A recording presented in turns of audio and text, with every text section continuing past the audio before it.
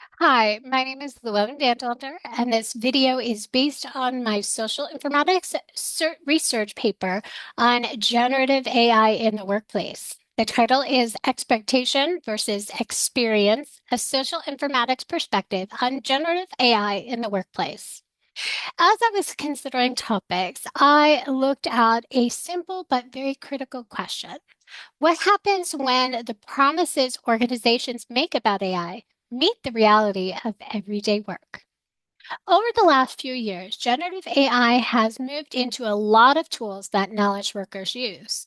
In many organizations, AI is presented as a way to automate routine tasks, speed up writing and analysis, and reduce the need and dependence on specialty or expert skilled workers.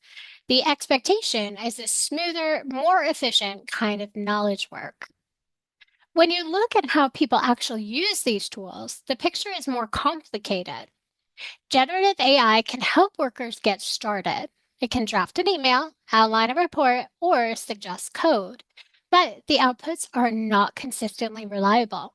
They can be incomplete, incorrect, or out of context. They can even be fabricated. That means employees have to check, correct, and adapt what the system produces. Now, part of this disassociation between what is promised and what is reality is the reference to the term artificial intelligence. What we refer to as AI or artificial intelligence is actually generative AI. What this is these are systems that are trained on large language models, huge data sets with massive amount of data. And they use natural language processing, so we can communicate them just as we would another person. Now, these generative AI systems are trained to detect patterns, to predict what the user will ask for, and to be able to predict the context that the user is asking in. If they are asking about a hot dog, are they talking about food or are they talking about a dog who is left in a vehicle? These systems are not intelligent. They are not self aware. They are trained to predict and to see patterns, which is one of the considerations when it is identified that the results are not always accurate. So over time, as the employee has to check over the work, this checking becomes invisible labor. People spend time verifying facts, adjusting tone, and making sure the final product fits the organization's policies and expectations. If you have ever seen images generated by AI, you may see extra hands, missing toes, and misspellings. It is inaccurate and real need to verify this information. So, on paper, it might look like AI is doing the work, but in practice, there's still a lot of human effort that's holding things together. There is also what we call shadow AI.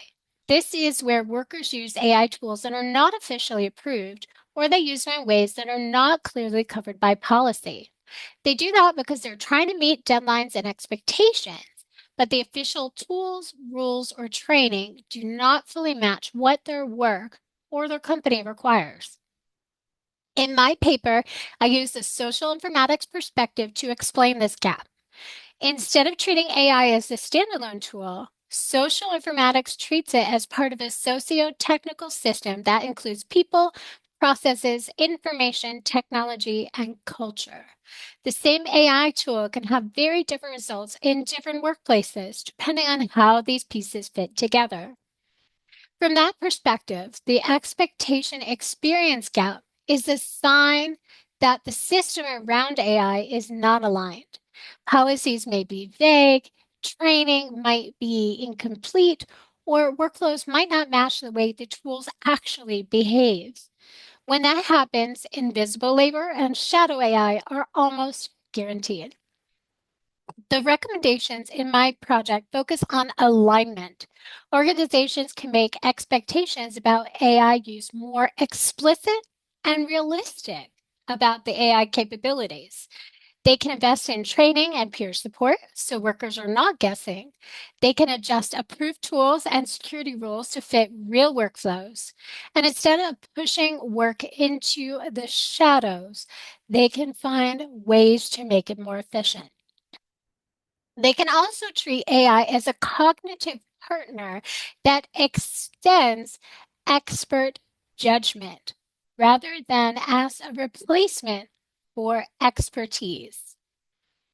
The main point I want to leave you with is this: generative AI will not transform work by itself. Real value shows up when organizations tune the whole socio-technical system around it so that expectation, tools, and everyday experience actually match. Thank you.